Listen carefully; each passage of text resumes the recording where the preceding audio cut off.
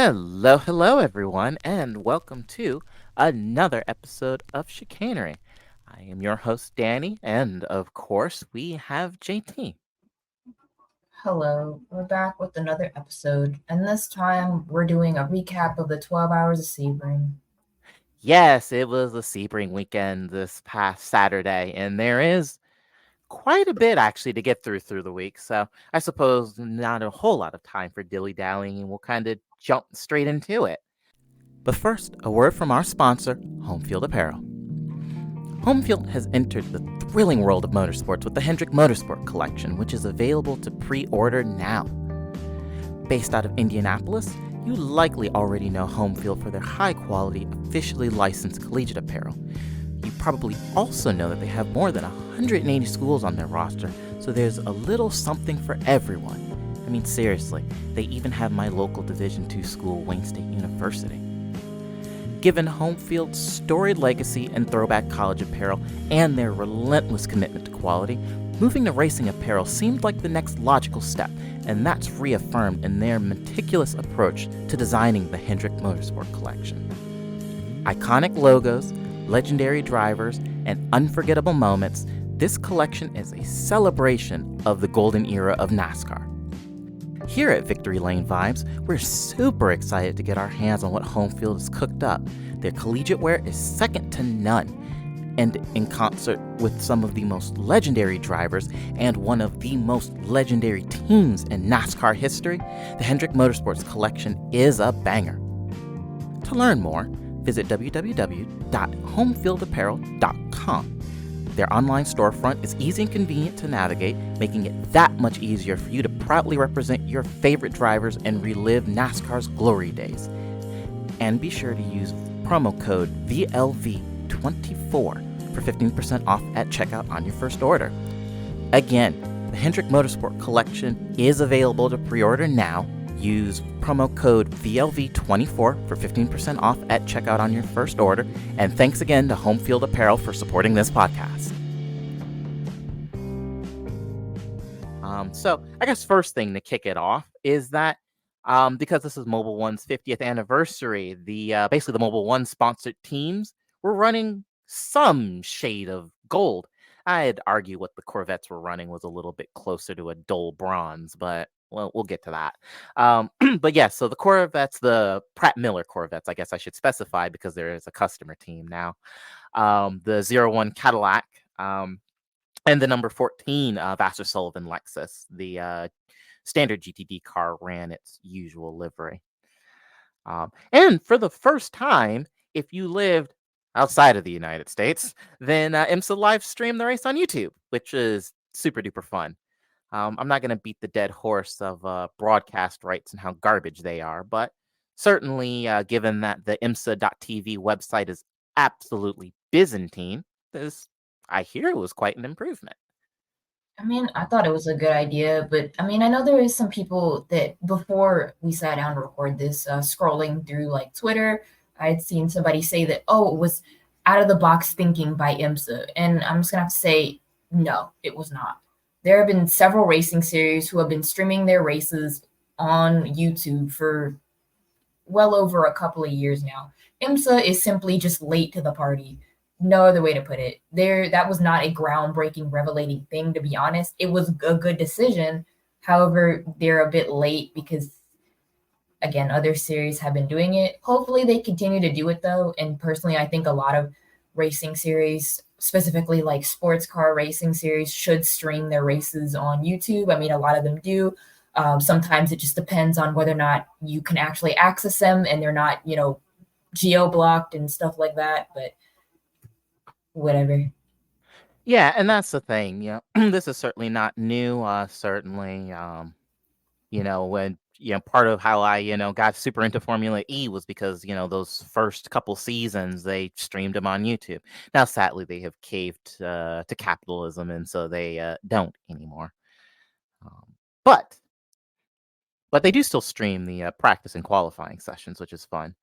But yeah, so no, this is not a new thing. But like I said, it's about time. Much as I alluded to before, the IMSA.tv site is ancient. I think the last time it got a proper redesign, it was like 2014, 2015. So point is that it's been a while, and it's really well past time for them to do something to hop on sort of, dare I say, I guess, modern streaming. But but at any rate rather, moving on to the festivities of the week. MX5 Cup. MX5 Cup is always a great time. Super close racing because it's a bunch of slow cars without any aero. And it was in the race 2 was effectively a photo finish. It was Weston Workman, which is a great name, by the way, and Connor Zilic. It went the way of Weston in that. And what was the gap? Like, we're talking like 10,000ths of a second. I don't remember what the actual delta was, but for all Oh, intents and girl, you're asking the wrong person because I really don't. I don't know. It was yeah, really close though. yeah, for all intents and purposes, it was kind of a dead heat. Usually, I'm the one with the numbers and who remembers that kind of thing. But I mean, it was so close that it basically might as well have not mattered. But it just proves, time and time again why the true superior form of motorsports is MX5 Cup cars. Discuss that as you may. Moving on to the big boy cars, practice. It was a rather auspicious start to the week with Grosjean promptly binning the GTP Lamborghini. I mean, As expected. Yeah, I was just about to say it basically is exactly what we all expected to happen at some point throughout the week. And I guess good to get it out of the way in practice. And then also completely expected was obligatory Sean Creech Motorsports moments. Their practice was absolutely torrid and was a real continuation of just the utter garbage that we saw from that team at Daytona. Really not beating the allegations there. Well, truth be told, you can argue that nobody in P2 is, but definitely not Sean Creech.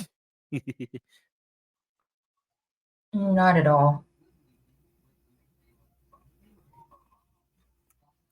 But moving on to qualifying, the number 99 AO Racing LMP2 was on pole after that session was ended prematurely because the number 20 was stopped on track in a most inconvenient place. The number 14 Vasser Sullivan Lexus was on the GTD Pro pole, while the Winward Mercedes was on provisional pole, and that distinction is important for GTD because them, along with actually a handful of cars elsewhere, got bopped for technical infringements. All of the Corvettes did due to some reinforcement brackets added to the rear diffuser, which was not made clear to IMSA in the first place. And then the Winward Mercedes, which would have been on pole, also had a technical infringement and saw one of the Ferraris taking that place instead. And then the GTP qualifying was a bit messy. The number 6 Porsche Penske lost it in qualifying, which saw the session was like a whopping, like 4 or 5 minutes. It wasn't very long. It was And like that was 4 minutes after they had to repair the barriers and clean up everything. It was 4 minutes left. yeah. And then that resulted in the Action Express Racing November number 31 Cadillac, which would take pole for the class as a result. And like I alluded to before, all of the Corvettes got pushed to the back of the grid because of their the unapproved modifications to homologated parts was the Whatever that means. yeah, I know it is a wonderful bit of legalese, isn't it? But yeah, it's just I another think they IMSA. basically did the same thing that Stuart Haas did in a couple of races ago at NASCAR. Yeah, it was basically the same thing. And much like Stewart Haas, it's not like it was going to help pace any, but yes, another Daytona where another not Daytona, but another IMSA race rather, where the start is just pain because the Corvettes have done something silly and are not in a good place. But speaking of the race itself, we'll get to the kind of obligatory question of good race or no. Um, Honestly, I thought it was super fun. I enjoyed the heck out of this race, and there's some discourse, and I'm sure we'll get into that a bit later on. But I enjoyed the hell out of this, just to be honest. Yeah, I did too. And usually Daytona and Sebring are good races. It was good last year. I mean, again, technically two races in a row, it really hasn't ended the way I wanted to, but overall, it was pretty good, I'd say. I mean, in order for me to rule a race as not being good, would be if only a certain part of the race was like okay and like clean, and the rest of it was people, with head loss and just driving with like complete brain fade. Then I'm like, okay, wasn't good. But overall, it seemed to be a decent race despite some of the whatever you'd like to call it, little hiccups here and there that occurred during it. Yeah, no, I quite enjoyed it. I thought it was brilliant. Like you said, certainly there were some little moments here and there that I didn't really love, but I enjoyed the heck out of it a lot. Um, now it was chaos at the start. See, this is where I'm glad that you write these notes. Is because and I even after the race, went and watched some stuff, and I kept trying to watch the start to figure out what on earth happens, and it appears like you have deduced it because you had the Inception and the Pfaff McLarens got together, because there was a Ferrari that just went for an almighty spin across the circuit, and it still isn't entirely clear to me what caused that. I definitely saw what looked to be a Mustang, a BMW, and a Porsche kind of in the mix of that, but I'm not quite sure why the Ferrari went spinning in the first place. I honestly don't know. I just know that by a miracle, the car managed to spin across the track with a whole bunch of traffic coming and didn't get hit a second time. Yeah, Like I that's the thought it was thing. going to turn into like a pinball and it was just going to get hit like 3 times at least, but miraculously, nobody hit the Ferrari. Yeah, and I was just about to say that's the other thing. I do not understand how nobody got collected in that. Like, it is insane to me that the Ferrari spun basically in the middle of the GT field, and the worst that was happened was that they spun. Like, that is just wild. I don't understand it. I mean, truth be told, that probably would have been a pretty lengthy yellow, possibly even a red flag period to clean that up if that had happened.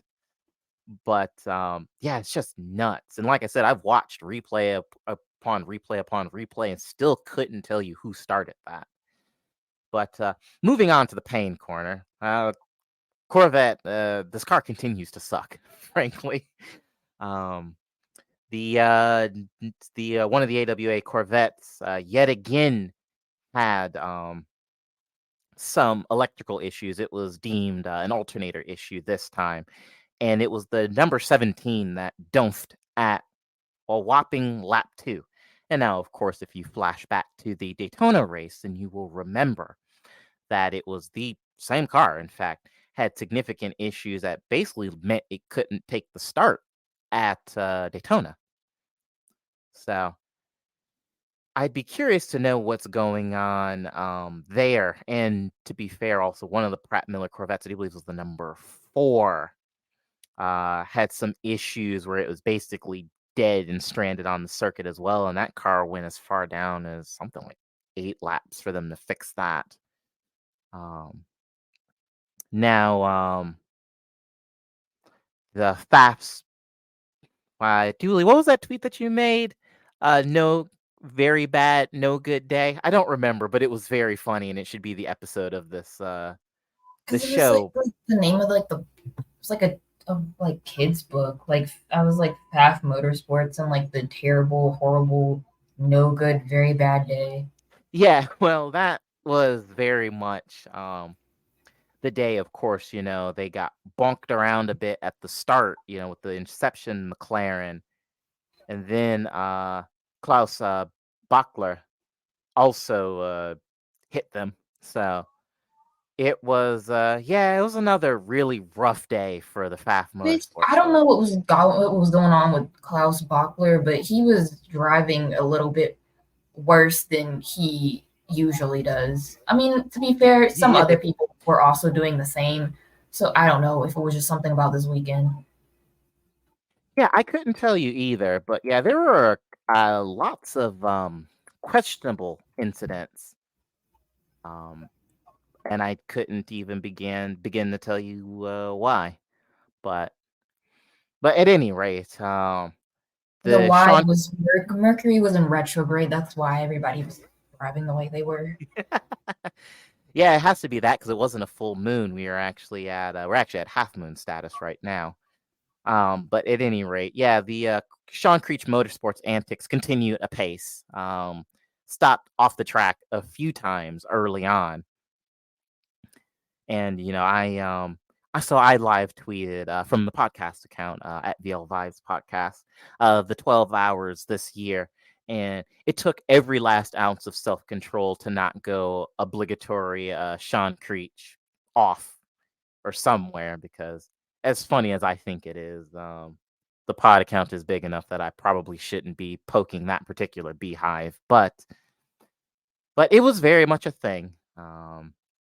But here is probably one of my favorite moments, actually, of the entire race, and that was Pipo Derani, of all people, complaining about the way Sebastian Bourdais really sent it um, off of, I guess it would have been the first pit stop cycle. And that is well and truly an instance of throwing stones from a glass house. Like, how are you, Pippo frickin' Derani, gonna sit here and grumble about racing somebody or being raced too aggressively? Like, if it wasn't a real quote, I honestly would have thought that like it was a meme tweet or a meme post. Genuinely. I don't. The interview was just kind of funny, and then I heard it. I listened to it. I'm like, girl, okay, whatever you say. Yeah, I don't like I said, I just think it's very funny. And also, well, ladies and gentlemen, this is a bit of foreshadowing given what happens to Pippo a bit later in the race. But yeah, it was just really funny. I honestly think that just Pippo was struggling with the tires. 'Cause I know he was talking about that move that Bourdais made into turn one, and just Bourdais sent it, and I don't know. I just don't think Derani was prepared for it, and that's what he's a bit salty for. Because I actually thought, and so did the broadcast, thought that Derani had effectively moved aside. Because my brain was thinking, what in the Interlagos 2001 is happening here? Like, we got team orders going on? Nope, not Derani was just slow apparently. But at any rate, RLL BMW GTP continuing to do very stupid things. In this instance, it was staying out longer than they stayed out when all the GTPs pitted, which was a choice. Apparently, it was to avoid some of the pit lane chaos and to go for the endurance cup points, but also just pit with everybody else, you idiots, because like it didn't work. So Of course it didn't work. Why would it have worked? Like they were trying to be like too different. Like really, they were trying to call themselves being different, not doing what everybody else was doing. It's like you might as well have just done it anyways. Like you needed to. Like they did the same thing at Daytona effectively. Like there was a time where a full course yellow was about to come out. And everybody else was pitting. Everybody else got the memo. It was like, oh yeah, let's duck into pits because again, full course yellow is about to come out. And they were like the only team that didn't. And I was like, what on earth is happening? Yeah, it's funny. You had tweeted in response, yes, because somebody was asking if perhaps BMW needs to find car operators that is not RLL, and yeah, probably, I mean, honestly. I said yes. And I know a lot of other people, like, I looked under the responses to that tweet, and people were like, some people said no, and their reasoning was simply because, like, oh, you know, WRT, who runs the WEC operations of the BMW prototype, they also can't get speed out of the car. And they arguably have a stronger lineup and stuff like that. And that it's just, a car issue. And I'm like, yeah, it's also a car issue, but I'm like, they've been with RLL forever also. So I'm like, I feel like it's just time. Like they should just maybe do something different. Yeah, I agree. And it's like, and these strategy issues is just like, oh my goodness gracious.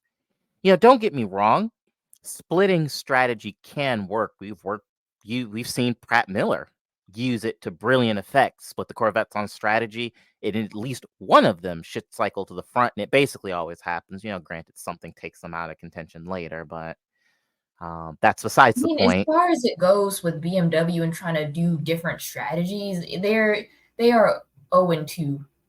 Yes, A I was also swing, going to say a that. swing, a double swing, and a miss both times. So I'm Yeah. like, at this point, whatever they're doing is just not working. No, and that's exactly it. It's just not working. I couldn't tell you where, who, or what, but yeah, they stink. Um, but speaking of stink, blunder from the Action Express Racing Cadillac, the number 31. They basically went into a closed pit lane. And I know that they were trying to basically beat the yellow, which closes the pits. Like, I totally get it. But, like, Jack, my boy, the pits were closed well before you got there. So I don't know if somebody goofed it on the radio. And truth be told, with the way Sebring in the final corner through Sunset, where it leads into the pits, where they've got the pit lane light, you can see it before you get there and gives you time to bail. So I don't know if Jack had tunnel vision, maybe some combination thereof, but like it couldn't have been. Cadillac, the 31 Cadillac is again 0-2 or 2-0 when it comes to pit lane incidents. I mean, you had last year where it was a pit lane exit incident instead of entering, where they were again situation of the light at the end of the pit lane and they were running it. And then you had the whole incident with the BMW running into back of them because they were running it. Like they both ran it, but I mean, I don't know. I just thought it was hilarious. And then I think I'm actually not sure if they actually got a penalty or not. I mean, when I looked on the broadcast, it said they got a penalty, but then like somebody else said they didn't. They avoided a penalty because they went to the pit lane when it was closed. However, they didn't service the car, and if they did service the car, that would have caused a penalty. But I'm like, I don't know. It was goofy anyways because they had to end up going back because they were running out of fuel. They would have ran out of fuel and stopped on the track because they needed to go back anyways for emergency fuel. So I don't know. Yeah, like I said, because they kept going, they shouldn't have gotten a penalty for that. And I certainly, yes, the broadcast did say penalty, but certainly, I have race control because I basically log in Alcamel for the service, and I didn't see anything about a number 31 penalty from race control because they didn't touch the car. Yes, they ended up going back for emergency service later, but that's totally fine. That's 5 seconds of fuel and no other service, and you got to get on out of the pits. Um, but yeah, it was just like I said, it's so goofy that it's like, how did all of you miss the very closed pits before you got there? Um,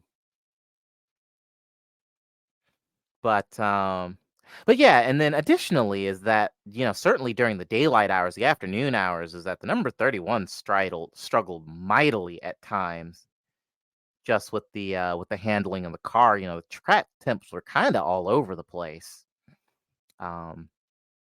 during the daylight hours, and the Action Express Cadillac really felt it at points. I mean, which yeah, is other drivers were complaining about it. Like I know Pippo Derani complained about it. Then when he got out and Blomqvist replaced him, he was complaining too. So overall, they were not having a good time. yeah, Then the JDC Miller banana boat car just breaks. yeah, sad trombone. The banana boat. It looks very weird, but I love it.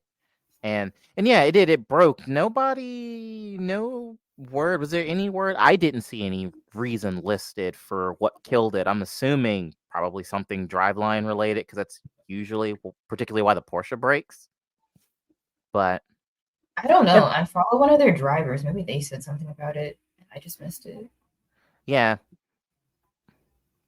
because like I said, I don't remember hearing anything listed as to why, but half shafts particularly, I know have been kind of a I mean, problem for that car. So that could well have been, well, half shafts technically might be two proper like drive shafts given the way that that's set up. Anyway, that's a bunch of technical I know it was just chatter. some type of mechanical issue. I don't actually know like the hmm specifics.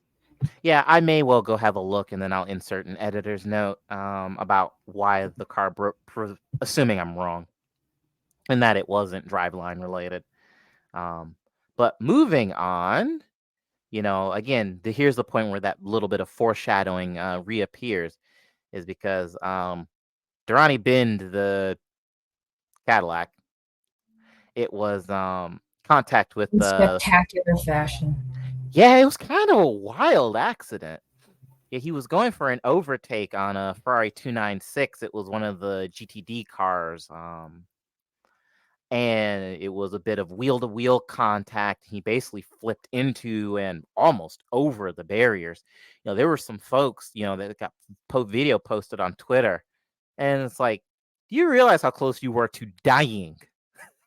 That's what I'm saying. There are so many people like when the accident had stopped that were like standing at the fence looking at it. And I'm like, do y'all realize like y'all are sitting there standing and looking at it?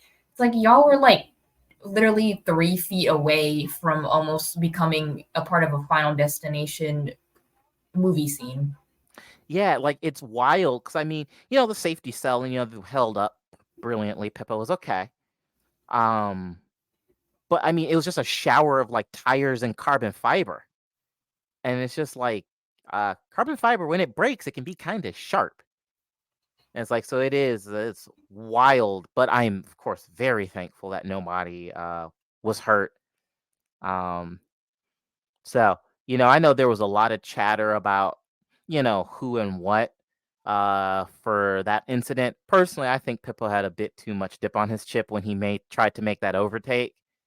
I don't know if he got caught out on the bumps maybe in that section, but it just seems like he was impatient and basically cleared himself on the nose of the Ferrari. That was what I thought anyway. I mean, that's what I mean, initially I thought it was like, look, here goes another Ferrari GT car becoming a terrorist and taking out a top class prototype. But it looked like more so it was on Derani. I mean, there really wasn't any need for him to be doing all that with a GT car, especially when it's like the GT cars are much slower than top class prototypes. Like you could have just been a little bit more careful, I guess. I don't know. I thought it was funny that there was a fan that tried to like jump the fence to, I guess, like help him or whatever. And I'm like, yeah, I get the thought. That's the thought that counts. I mean, he couldn't get over the fence. But I'm like, at the same time, that's probably not a great idea because, as we all know, the GTPs are hybrids and there could have been some like electrical issues with the car because it did crash and things probably broke on it, and the fan for all intents and purposes could have gotten shocked trying to get Pippo out of the car or help. So it was a lot better that he didn't do that and just let the safety team do their job. Mm-hmm. Yeah, exactly. I mean, and if anybody have paid attention when the GTPs have broken before, you notice that the AMR safety team, they wait a second, because I mean there are kill switches and things to effectively kill the high voltage lines. Because if I recall correctly, the GTPs are circa 800 volts nominal is the electrical architecture that underpins the whole hybrid setup, which is a lot. Either Um, way, all you need to know is it's enough to, if you get shocked by it, it probably will kill you. exactly. Yeah, if it doesn't kill you, it'll certainly really, really hurt. If it Um, doesn't kill you, it'll make you wish you were dead. yeah, so you don't really want to be getting hands-on with a GTP like at all because basically you become ground is what happens. And certainly let alone not after one goes for a spectacular accident. But yeah, but homeboy was probably about 6 natty lights deep and couldn't get over the fence. But I do appreciate him for thinking of Pippo. But and there's more drama for the GTPs. The Acuras started smoking like they were in an 80s hair band not too long after this. It was the number 10 particular, if I remember correctly, was the worst by far. It was the Um, 10 that started smoking, and then I think the 40 also did. So I'm like, mhm. I just like thought there was something dodgy going on with the Acuras once again, or it's like, I don't know, or like were they hotboxing or something? Like I just don't like. It was just the weirdest thing ever. Yeah, absolutely.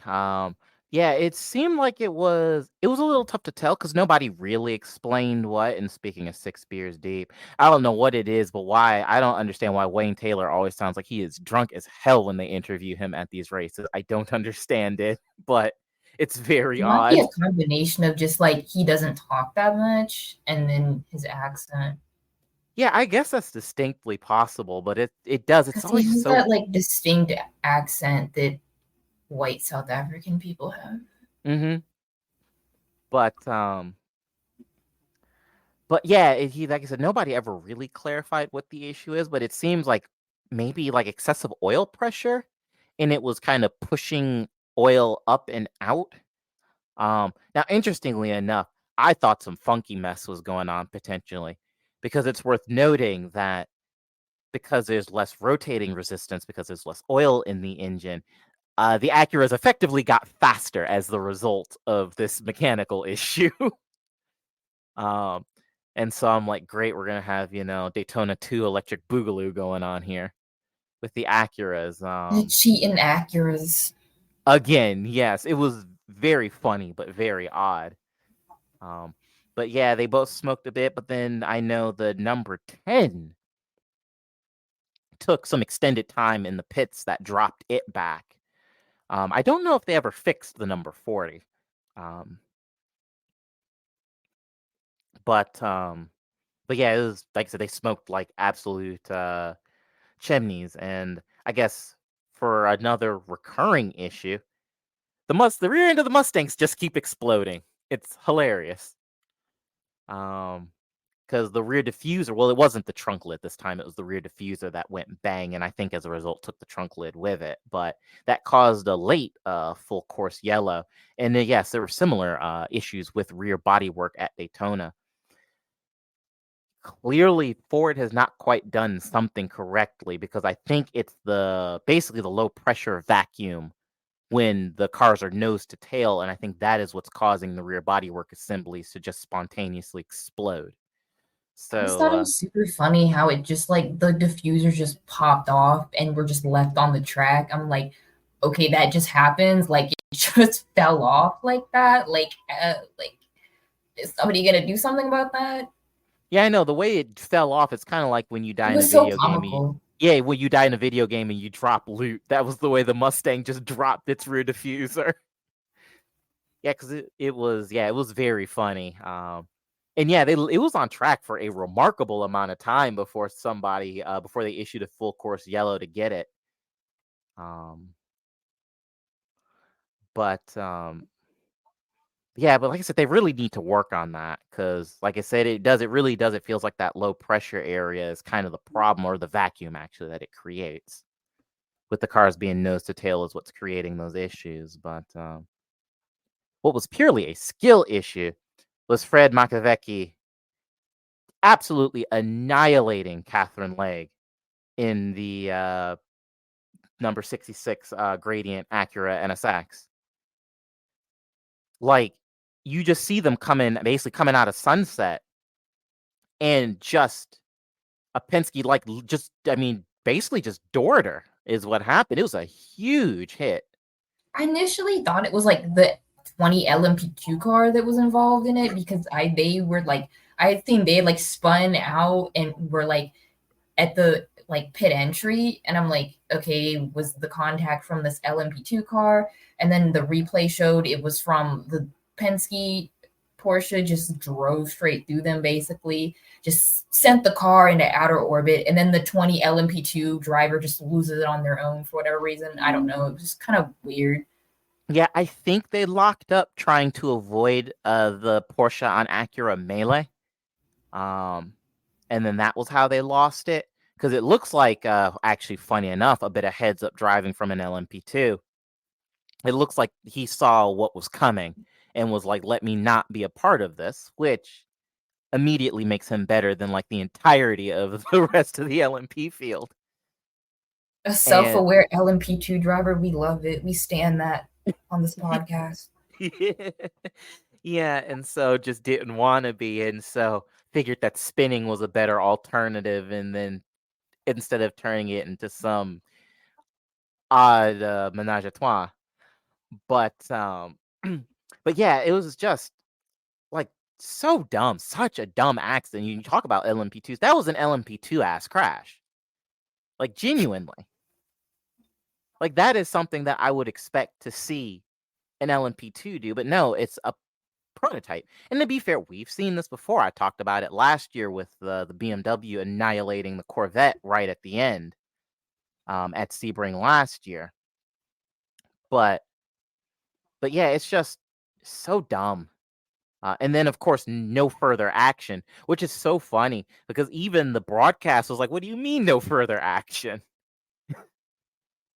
But not so fast for Fred Makowiecki because later he ends up losing it because he gets a puncture. So the racing gods said, not in our watch, not during Women's History Month. You're not about to send a female driver firewall deep and get away with it. So he got his karma at the end of the day. It didn't matter that he didn't get a penalty because his penalty was losing it and getting a puncture. Yeah, because then as a result, and because the puncture completely obliterated that, like all of the body work on that side, they had to fix it, and so the number 6 ended up going multiple laps down and never, even with all of the full course yellows that came later, just never made up the time. Oh well, they'll be okay. Yeah, but speaking of terrorism, Earl Bamber, because Earl just dumped the GTD Lexus. I'm like, dog, what is wrong with you? Like Earl Bamber terrorism, likely thing to happen. I mean, absolutely. It's like, I was like, you're beefing with somebody that's not even in your class. Like, you're racing them, but it doesn't matter. And same thing, no further action. The steerers just went, it's fine. And then moved on. I mean, I was waiting for it to happen, honestly. You know, it didn't happen at Daytona just because the Corvettes absolutely sucked at Daytona. Like, they barely could do anything. So, obviously, you know, he didn't get the time to be the absolute complete menace that he is usually during sports car races. And now that they had a little bit of speed, a little bit more speed than they did Daytona, of course it was going to happen. Just full on terrorism unleashed.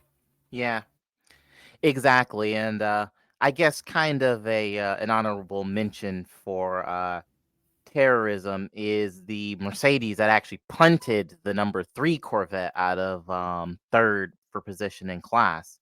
That one was a penalty, thank goodness. I think was it a it was. Mercedes? I'm almost positive. Because I know like a Porsche ended up, I think, having contact with the Corvette, and they did get a penalty for that, I think. Yeah, I'm almost positive. I'll have to go back and relook at race control. So again, I'll interject here and post if that turns out to be incorrect. I'll write a note to look that up. But I could have swore it was one of the Mercs that was responsible for that one. Because it was the second to last lap, and it was basically a pit or 20 seconds or something. Which is very funny for race control to say that on the final lap, because that basically means 20 seconds. But I just like how they waited till the very end of the race to actually start officiating. Yeah, basically. It's like, now y'all are gonna start dishing out penalties. Like, where was this? Like, I don't know. Where was this the whole race? Yeah, it was like, where was this 4 hours ago? Yeah, no, I completely agree. Because also Jack Hawksworth for that very vigorous move on the He was driving Ferrari. like a menace. I was like, bro. Yeah, yeah, because I'm like, because that I mean, he basically into turn one he basically just marshaled the Ferrari of Daniel Serra off the circuit I at feel so turn bad one. for Daniel Sarah. He was getting bitched around out there. I'm like, damn, bro. Yeah, no, it's like I genuinely felt bad. But yeah, I mean, there was so much terrorism to finish out the race. Lots of full course yellows as well, and they were pretty much all debris cautions basically. Where it's like if there is anywhere reason why IMSA really needs local yellows, this is why. It's like because to have basically full course yellow for debris, they clean it up, they re-rack the field, they send them racing again. I mean, it's endurance racing. It's IMSA. They're gonna bump and bang doors, so then you're gonna get more debris. Then it's a full course yellow. They re-rack the field, rinse and repeat, and that was basically what happened. And so we had, I mean, in the space of an hour, didn't we have like what 3 or 4 full course yellows in an hour? I mean, at least. And I know somebody talked about that. And I know somebody was like, oh, like complaining about, I guess, like the debate people were having about like whether or not IMSA should like change their full course yellow procedures. And I'm like, honestly, like this ends up being a discussion every time that there's a long endurance race, specifically if it's like Daytona or Sebring or even Petit Le Mans, like it's going to happen because again, it starts getting a little bit ridiculous when you have a 10, 12, 24-hour long race and you are spending like 3 or 4 or even 5 hours out of that race waffling around behind the safety car and under full course yellow for things that really are kind of minute and really don't deserve a full course yellow. Like, sure, cars that are stricken on track or have binned it in and are in the tire barriers and need the barriers need to be fixed, fine. That deserves a full course yellow. However, for debris that's in one turn while the rest of the track is fine, doesn't really need that.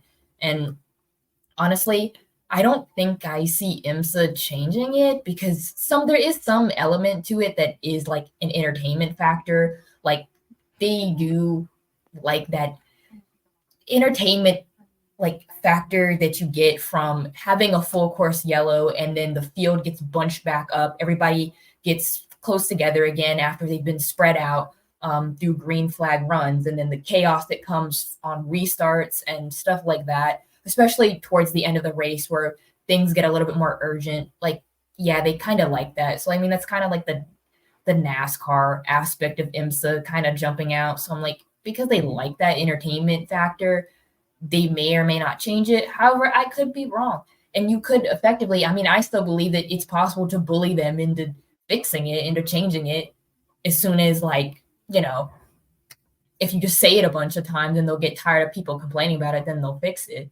I mean, I know WEC obviously has their different procedures, which I'm sure, like, that's why a lot of people who mainly watch WEC were probably complaining about it. And it's like, I mean, I get it because WEC is kind of more of a purist type of endurance racing. I mean, like, no disrespect on it or anything. I'm not dunking on WEC because I also enjoy it just as much. But yeah, Yeah, and it's really same.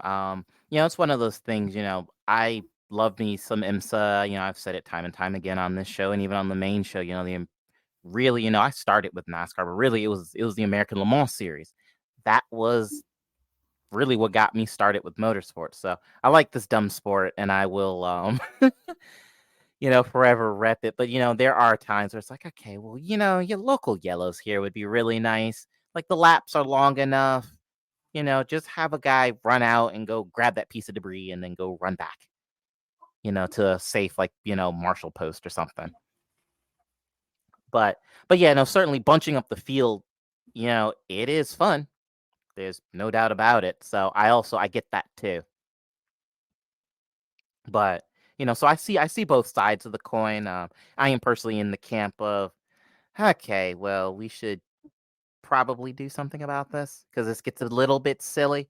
Because kind of like the safety car protocol that they introduced at Le Mans, which is basically just what IMSA does. And it felt like we spent like 6 hours under yellow. It's just like, oh my God.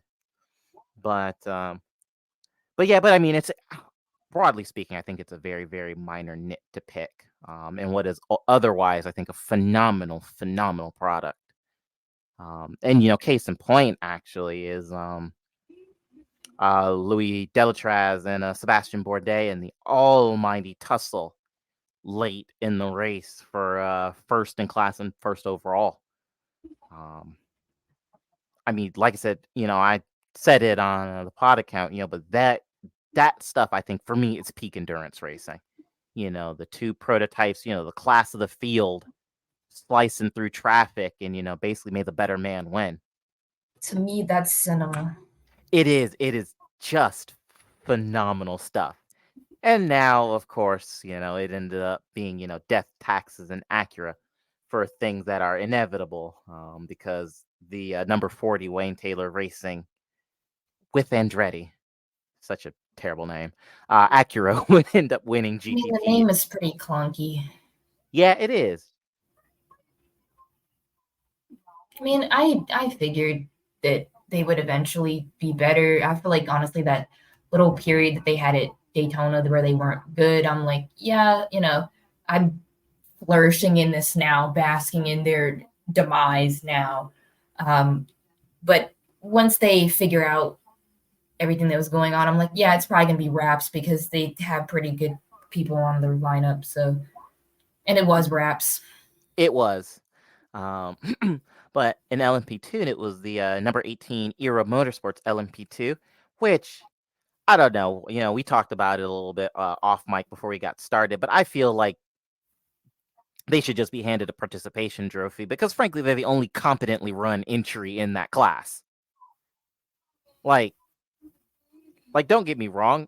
It's congratulations on them for winning, and this is mostly a bit, but it's like, okay, it's like as long as all you need to do in LMP2 is have an IQ higher than room temperature, and you win. That's it. But then again, I don't know. Given the standard of driving in LMP2, maybe that is an achievement in and of itself. GTD Pro. Speaking of things that are inevitable, the Vasser Sullivan Lexus winning in GTD Pro. Again, some interesting driving by Hawksworth to get the deal sealed in the end, but he did it. And it was the Winward Mercedes and just GTD that would take victory there. I mean, their penalty that they got for the pole position didn't really matter anyways. No, exactly. And now we have got our stars of the race. So we're leading this off with Connor Zilic. Kid's young in the dawn of his career. He's won Sebring. He's won Daytona. He's going to be, he's signed with Trackhouse to do some Xfinity racing stuff. I don't know. But, and then recently today, he got signed to do some ARCA races too, or he's supposed to be doing some ARCA races and stuff. That's right. Yeah. So I don't know. Bro is him, I think. We'll have to see what happens there. But I think we are watching a very, very promising young driver's career blossom, and it's kind of cool to watch this. Louis Deletraz. And not just for the AirPods saga that went turbo viral a few weeks ago. Although that was actually very funny to watch. I quite enjoyed. The way it ended was so funny. Like, yeah. what are the odds that the person was actually the same spot that he was and then personally returned them? I'm like, that's just like what? Like any other person, it would have been ding dong. Thank you very much. Those are mine now. But returned them. So yeah, no, happy ending to the AirPods saga. But yeah, I mean, no, same thing. Another absolutely brilliant driver. Like I said, watching him scrap in GTP all race was phenomenal, and I mean, he took home victory overall. Next on the list, Connor De Filippi, because he is so far the only one to be able to drag any amount of pace out of the BMW GTP. Connor De Filippi with 2 L's and 2 P's. Yes. Yeah, I know. You get that wrong just about every single time, usually. I spelled it wrong like 5 different times when I was tweeting. I'm like, you know what? I give up. But to be fair, she got it right for the notes, which I do appreciate. But yeah, no, he is the only guy, like I said, who seems to be able to get anything out of this GTP car. And then there's the part at the end of the race, towards the end of the race, where he like passed 3 cars on like a restart. I'm like, okay. Yeah, I didn't know where that came from. I mean, I guess I owe you an apology. I wasn't really familiar with your game. Yeah, it was either the last restart or the second to last one. But yeah, he got a whole bunch of folks into turn 1. And I was like, whoa. I figure if there's going to be a guy that gets the BMW GTP a win on merit, because to be fair, the one win that they have is because the Porsche got disqualified. I figure it'll probably be Connor. But any rate, the JDC Miller drivers, which this is an interesting one. So I want you to explain this one to me.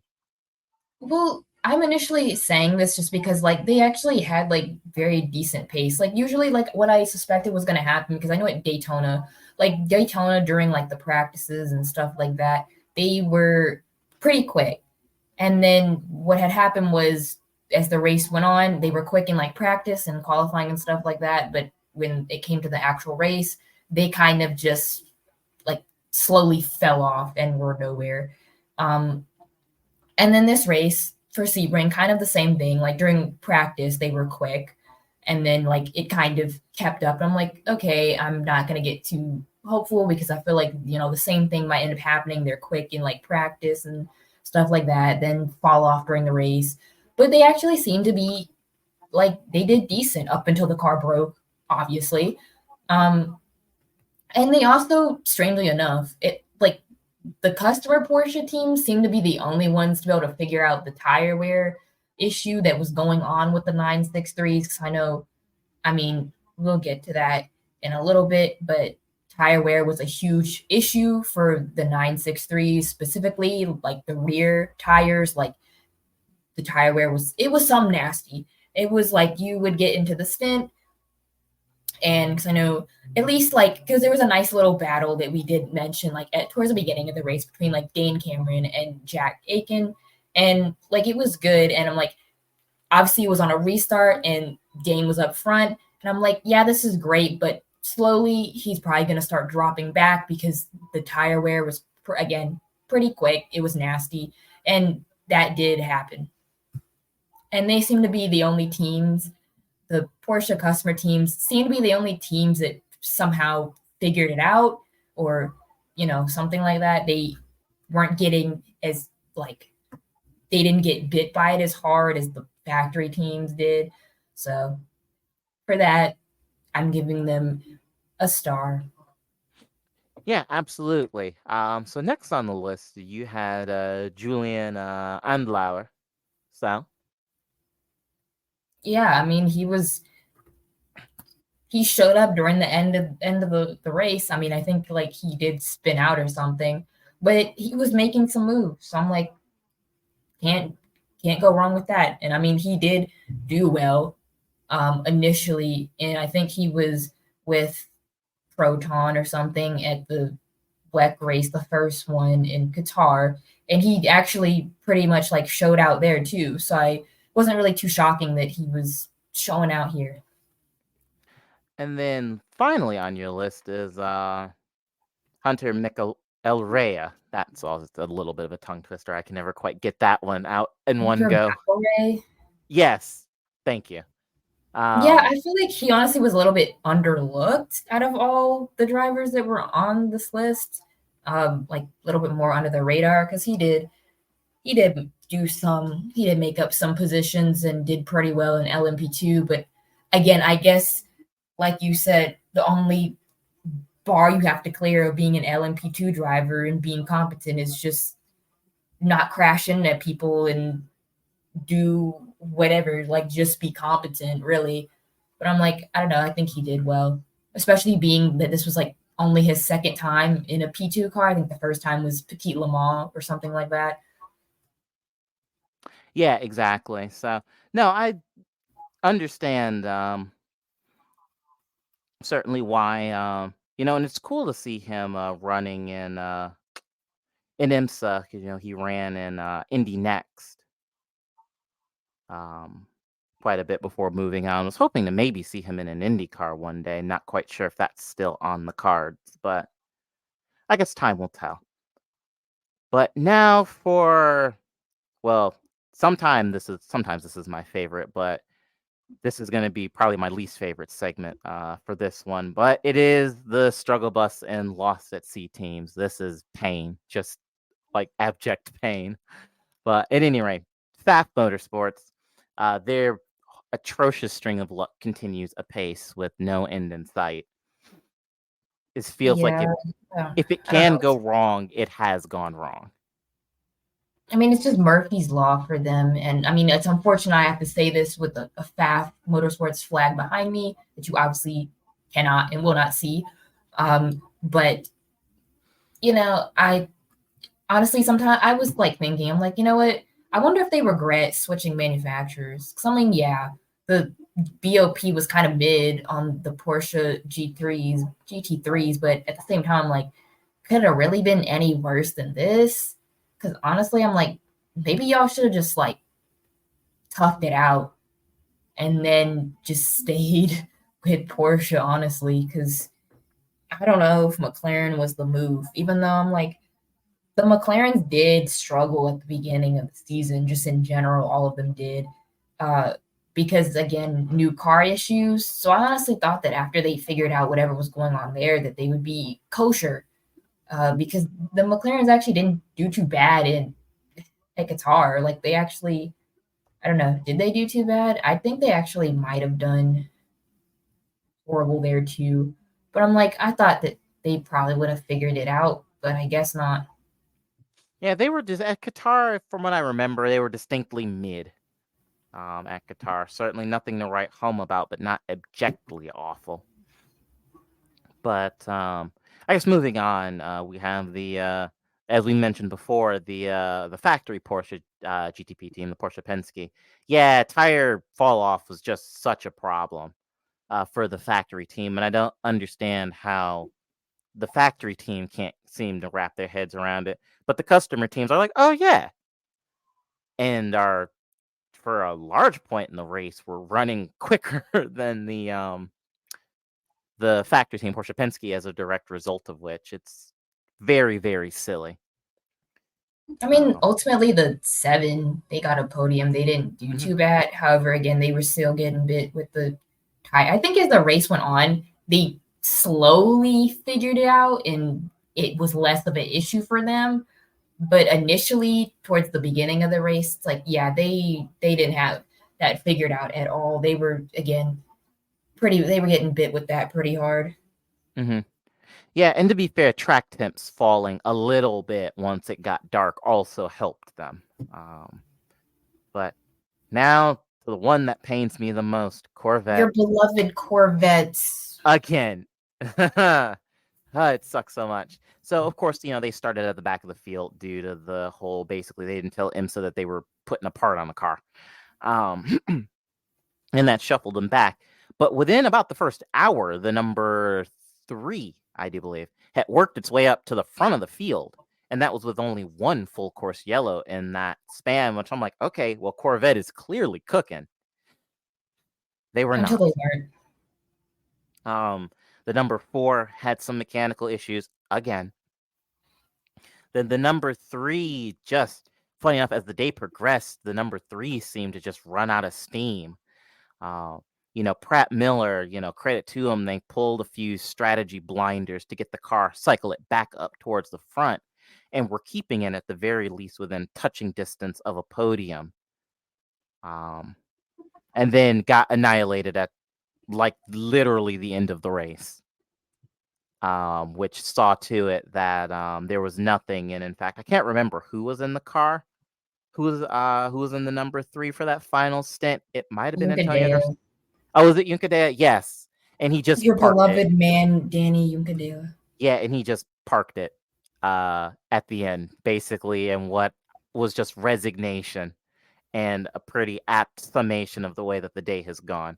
And then, of course, the customer teams. We talked already about the number 17 having copious electrical issues for the second consecutive round. This one forcing a DNF. And then the other car, the number 18, was just utterly anonymous. I couldn't have tell you where that car was on track at any point in the day. I mean, the customer teams are less shocking because honestly, I'm not entirely sure how much like factory support they're getting. So some of that could be due to like the teams just being under supported. I don't know. Yeah, but what I do know is that Mark Royce is probably punching the air angrily right now, watching GM go from potentially taking victories in both GTP and GTD to coming home completely empty-handed yet again. Let's see. Tower Motorsports. Yeah. Their season's been really rough. Yeah, I was just about to say, there's really not I don't really need to say much more than Been that. like, man, what a season, and it's only the second race. and then the BMW GTDs, which for as much as they, particularly Paul Miller and Turner, as much as those cars killed it at Daytona, they very much did not at Sebring.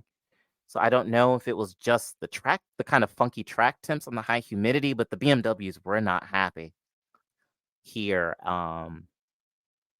like at all.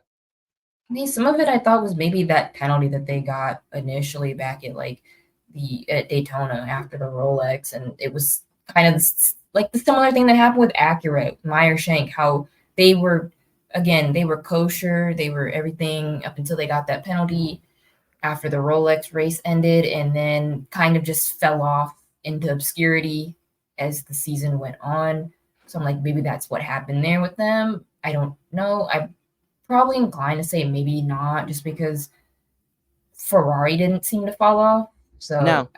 And they got the same penalty. So I'm like, this is probably just a BMW issue. Yeah, I genuinely think it's just a BMW issue. As per usual. Yeah, as per usual. It's funny. That's the thing I actually wish if I had to remember what I asked about, because that could have been kind of funny. Also, this will be heavily redacted if this episode goes out before that does. So there may just be a long bleep here and you get to guess what it is. But anyway, the surprise is that the big one, Aston Martin actually fast. What? Who could have guessed that was going to happen? Certainly not me. I mean, we talked about the absolute torrid time that Aston Martin had at Daytona, but then there's actually some pace. And I mean, I guess maybe you could have seen this coming, because to be fair, the Aston Martins weren't too bad at Qatar either. But yeah, there was like real speed, and like all day, no matter what the conditions are, I was very pleasantly surprised by that team, or that car, the manufacturer broadly. I mean, I guess really team, because it's just the heart of racing that campaigns those cars now.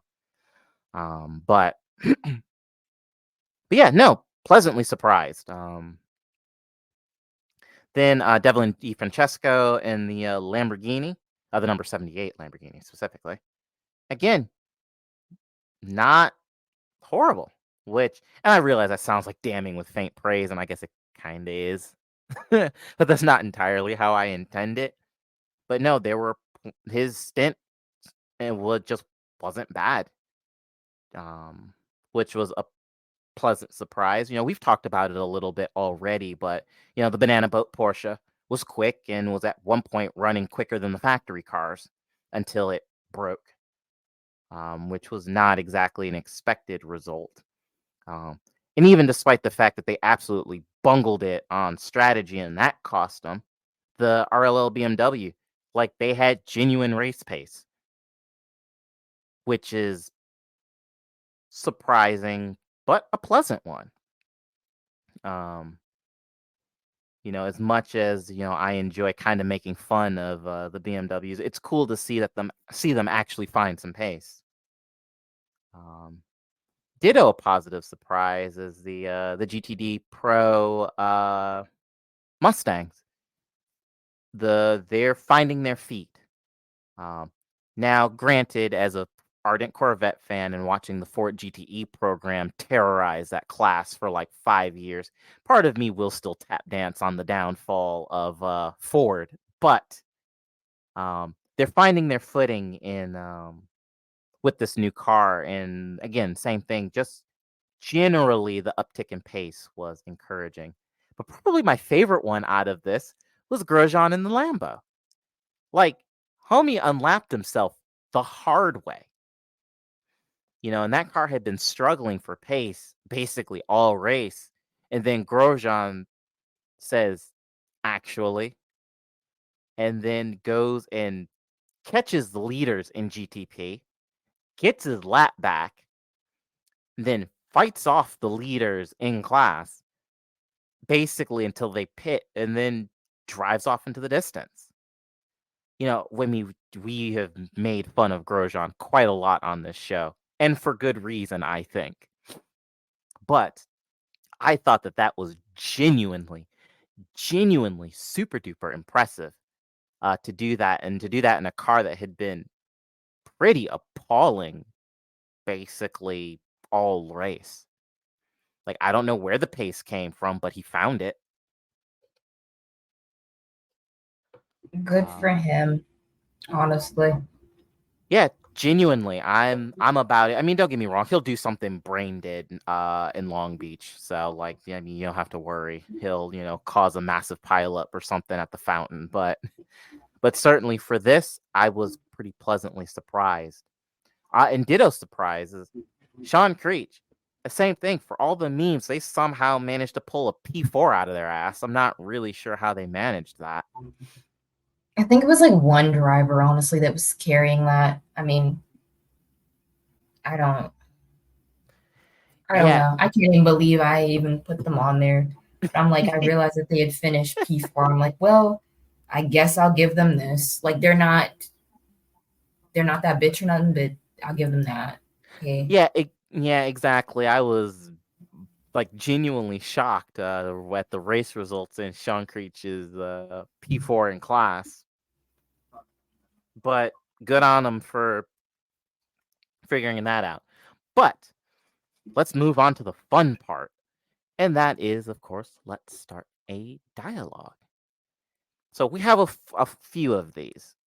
So first of all, IMSA race control and the crummy stewarding. So I don't know what it is. Maybe it's, we've talked about it before. Maybe it's the little bit of, NASCAR in them that just can't help but do silly things. But yes, it basically took until the very end of the race for them to actually start doing their jobs. And needless to say, I think that is absolutely unacceptable. You had two slam dunk penalties that were deemed no further action. And of course, that was Bamber taking out his frustrations on the GTD Lexus, and then Fred Makowiecki absolutely obliterating Catherine Legge in the Acura. Like, there is no way that either of those incidents should have been no further action, but they were. And it's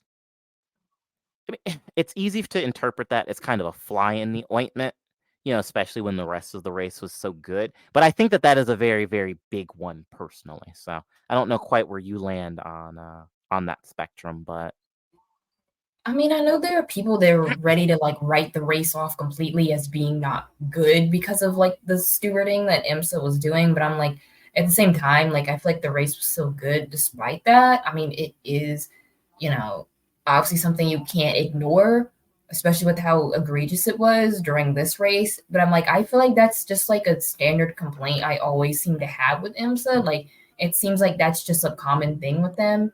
I'm not excusing their behavior or anything like that. I just think, like, for me, I'm like, yeah, I always complain about their stewarding, so like this is kind of no different. Yeah, exactly. Like I said, I agree with you. I think it's a particularly egregious display, but I mean, you and I have had the conversations on the show. We've had it off mic. Certainly stewarding is kind of an issue with IMSA at the moment. And but like I said, this was just a particularly egregious example of which. But that said, no, I think it's kind of silly to write off the whole race because of a few incidents, because otherwise it was phenomenal. And truth be told, I'm going to be honest, I'm more inclined to give it a pass after whatever the hell we watched in Bristol on Sunday. But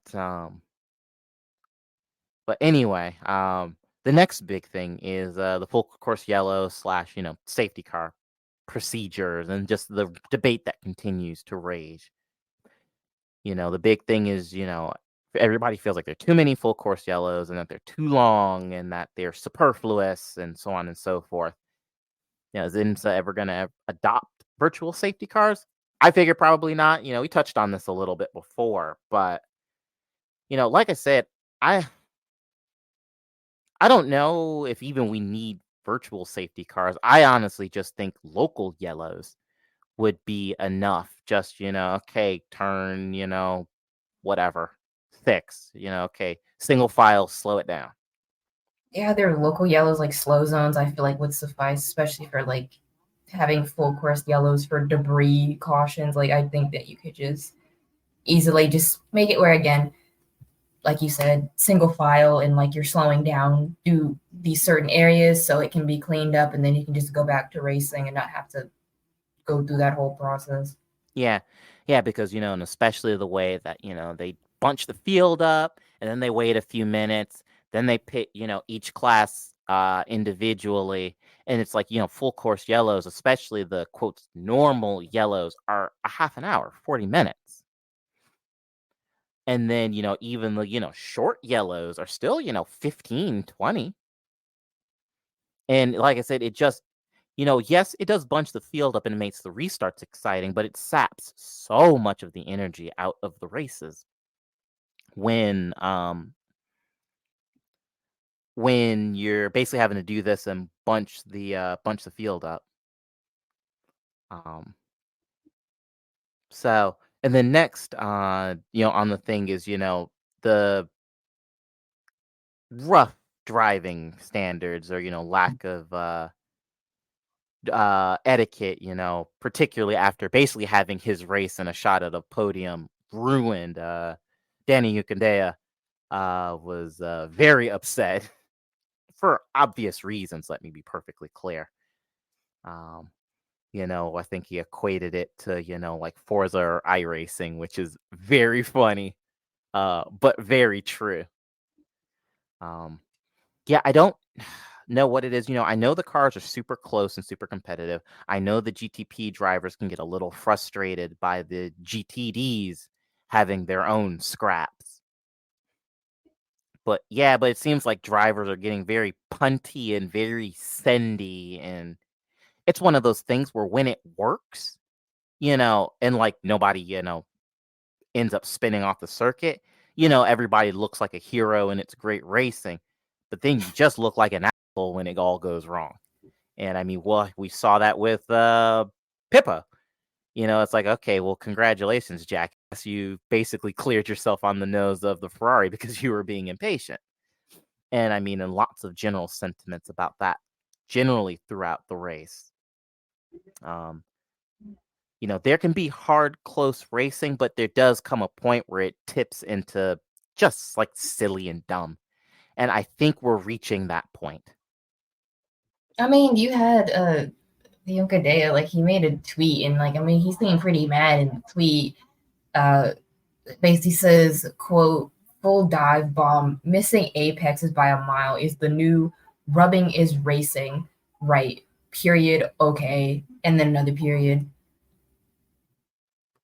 So he was clearly upset at that. And I mean, reasonably so, because technically, again, he did have a shot at a podium, kind of just diminished away. And then you had Jack Hawksworth on the other hand, basically just saying, it is what it is. So which I find that to be very interesting when you consider one drive day had his basically had his day ruined, and then the other guy was defending very vigorously to keep his win to get his win. You know, and like let me be clear, I make jokes about the stinky Lexus because they fight with the Corvettes the same way I made fun of the Pro Drive Aston Martins 15 years ago because they fought with the Corvettes. I like the Lexuses because Butsy is works on the team for them, but I don't know. I am not a Jack Hawksworth fan. I don't much care for the way he drives, and I do think that in a lot of ways, I do think his driving style is kind of indicative of what a lot of people, both drivers, some drivers, and a lot of fans do feel like has the potential to go wrong in IMSA. But that being said, I know he's well, running he'll fit in quite nice with the truck series. I was I just mean, you about see to the way say they that. drive. Yeah, I was just about to say that is that he will fit right in when he makes his one-off truck race start. Which gives me an idea. There are a lot of other people I want to see do a truck race because I'm like, yeah, I think they would fit in quite well. They would gel quite well with that series. Heck, put Pippo in one of the Spire trucks. That would be like perfect. Oh God. But and as we like I said alluded to a little bit earlier, there's a lot of talk about if BMW and RLL should frankly finally just go ahead and get a divorce.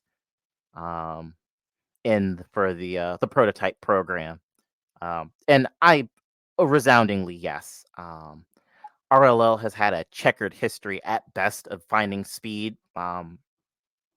We've talked about it again. I've run through the history of RLL, BMW, and the various programs that they've run together. And the sort of checkered levels of success, no pun intended, amongst all of those. So I won't run through that again, but suffice it to say, there have been times when RLL, as the operators of these cars, really should have found speed in these chassis and then just didn't for reasons unbeknownst to anybody except presumably BMW and, well, RLL themselves. But yeah, no, I think BMW should find another operator, and it frustrates me a little bit that they refuse to fully run these teams themselves. I find very frustrating. I mean, BMW, baby. Yeah. Because I think that's at least a large part of the issue is that they don't, they're relying, just very heavily on RLL to do basically a lot of the heavy lifting with development and. I mean, it's probably the same for WEG too. Yeah, I They're was just about to say, I'm sure relying on WRT does the WRT to same do the thing. development and stuff. Yeah. Which either way, it seems like currently it's not working. And like I said, there's a history of it not working, again, which series, whether it's, WEC or, IMSA, ALMS, whatever the form is that here has taken. Yeah, it's kind of bounces back and forth. It's like, okay, maybe if you guys took a more active approach in these cars, you might actually do a little bit better. But clearly BMW disagrees because they refuse to do it. So what do I know? But at any rate, some other miscellaneous sports car news things is that Chip Ganassi and GM, speaking of divorces, are splitting at the end of the year. So they know there's nothing confirmed as to what's going to happen with the either entry actually. But I just find that curious to watch CGR in these last couple of years has really, really scaled down racing operations. Of course, they shuttered the NASCAR stuff. And then that's how Trackhouse and 2311, then basically bought out the charters. in NASCAR, and then they're shuttering the endurance racing stuff. So I mean, I'm pretty sure they're just probably splitting ways with GM and Cadillac. I think they're probably going to end up finding a different manufacturer to work with. you think so? I mean, I think so. Yeah, yeah, yeah, I sort of interpreted this as CGR buggering off entirely. I mean, I guess if they do find another operator, is customer Lamborghini, are they going to join the dark side and go Acura like Wayne Taylor Racing did, actually? What I guess if they do, who do you think they would shack up with, I guess is my question. What manufacturer? No idea. I mean, it's possible that they do, I don't know. They could end up going like essentially with like one of the new manufacturers entering IMSA next season's like Alpine or like Aston Martin. Like they could do that or something. I don't know. Yeah, that's interesting. The idea of CGR not being partnered with GM, if they do stay, would just be so weird. But yeah, so I'd be interested to have been a fly on the wall for that meeting. But at any rate, yes, like I said, nobody confirmed for certainly the spots. Like I said, thought Action Express on the IMSA side, maybe TF Sport since on the WEC side, since they operate the Corvettes, or maybe United Autosport, and then the big thing is, where do the drivers go? I mean, I think at least like Van der Zand and Bourdais will probably just stay with probably go to like Action Express. I don't think they're like gonna go anywhere. As far as it goes on the WEC side, I have no idea. I mean, you could have Earl Bamber go back to Porsche or something. I don't know. Mm-hmm. The other ones, I don't really know where they would go, honestly. Yeah, interesting. But then, there was some renewed chatter, and I mean, this has basically happened since the car was originally unveiled last year, of a Ferrari 499P in IMSA. I would look, folks, as much as I would love it, because trust me, I would really love it. It's not gonna happen. Because Risi, Competizione said themselves that they would need a heck of a lot more financial support from Ferrari to make that happen, and Ferrari just seems thoroughly disinterested in the idea of running a 499P here in the United States. They seem like they're pretty happy with having basically just the WEC stuff for the prototype, and then the 296, just the GT cars here in the US. I know it's a bummer. I know it's not the sexy answer, but let's be realistic, y'all. But like I said, I would love to see it in the series. And then I guess kind of last thing is that not too long actually before Sebring is, I guess WEC is kind of floating around the idea of sprint races, which is very, very funny. I don't know what the endurance racing equivalent of time being a flat circle is, but that's basically what this is. We need to insert the I don't know, crowd booing or something, because honestly, it's just, no. Why? And really the discourse I think started from, I mean, I know WEC had been initially kind of flirting with the idea of it and on trying to move under the radar, I guess, because they first kind of proposed the aspect of of sprint races when they did the fan survey that they sent out at the end of last season, and the answer was overwhelmingly no. Nobody liked the idea, nobody wanted it. And it would also just defeat the whole purpose of the series, because I mean it's called the World Endurance Championship for sake. So it's I don't understand why you would have an endurance series and then put sprints in it. Honestly, if you I know Qatar, people were talking about again, it kind of stemmed also from Qatar being a long race. And probably I think the fact that apparently it's the longest race on the calendar that is not Le Mans. And it's that's fine. It's okay that it was long. it's an endurance series. Like, it's supposed to be a long race.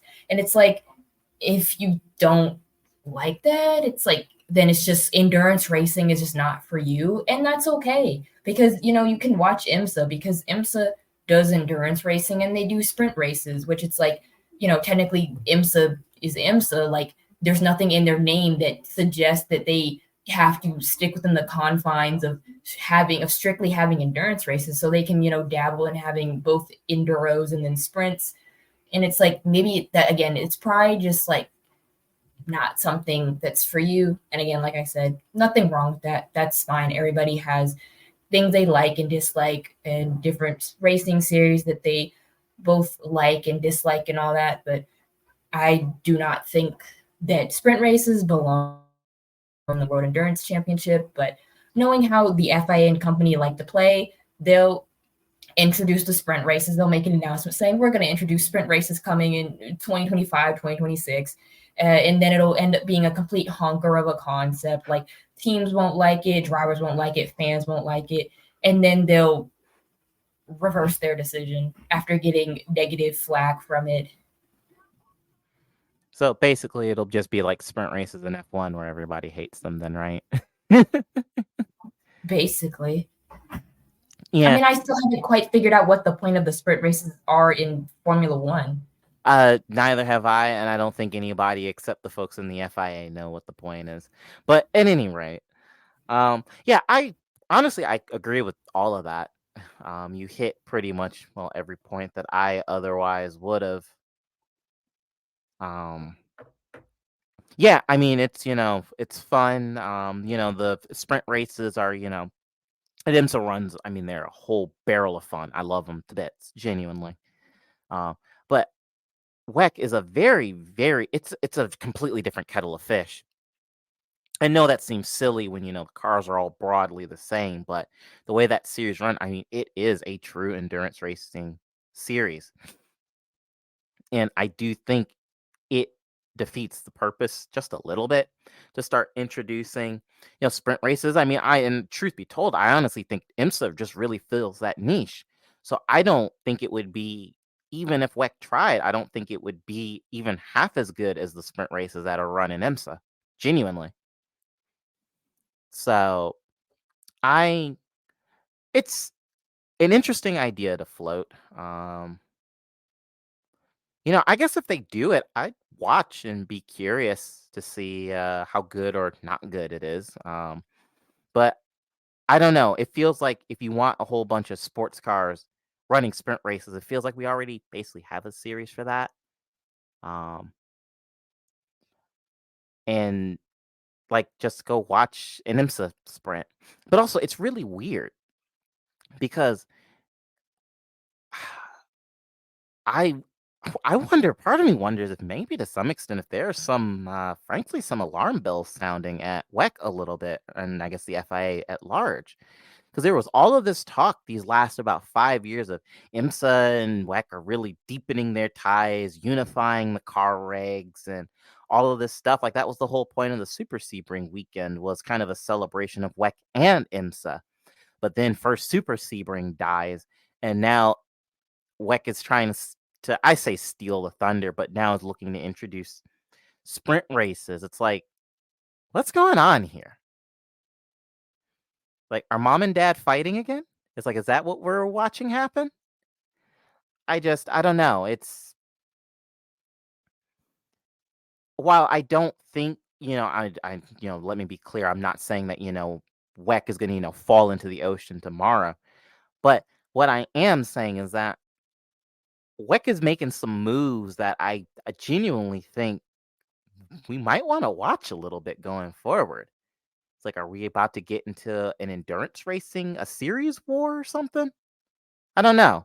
I don't know what this means, but I mean, I would hope they don't do that, because I feel like that just does not behoove them to get involved in that kind of nonsense at this point in time, considering how well endurance racing is doing, like, as a whole. Like, I mean, you got it's mainly because, like, all the new cars and new tech and like that, which gets people, like, intrigued and all that, and want to go to races and see it up close in person. So I'm like, I don't think that's that. I don't think they should start spiraling down into the Formula One route, and it's just all hell breaks loose, and then Pandora's box is open, and everybody is fighting. The FIA is being the FIA. It's like, no, I think they should stay away from that, if you ask me.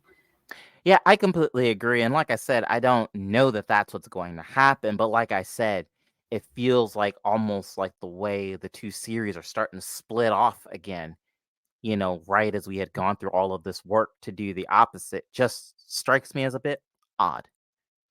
I don't know what that means. But like I said, it feels a little ominous.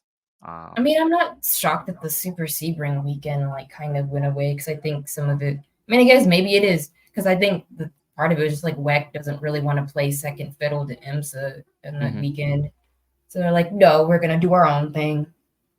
Yeah. So yeah, I guess like I said, it's just one of those, I guess, watch the space sorts of things. And I guess we'll kind of see what happens going forward. It's like, I just really hope that, we don't get into a point where the sports car news cycle somehow becomes silly, because I hope that does not happen, because someday I'm just gonna be like, what happened to the game I love? Like, what happened? We used to be a proper country. Yeah, so yeah, give me crippling depression. Oh my goodness. But if that happens again, I think that'll officially be it for me. I think I'll just have to end it all, because I don't think I can deal with that. Yeah, no, it'll break my heart if something silly like that happens. No, you were supposed to be the chosen one. Yeah, exactly. It's like you were meant to restore balance to the force. But on that note, and on the butchering of that Obi-Wan quote, this has been an episode of Chicanery, and until next time, folks.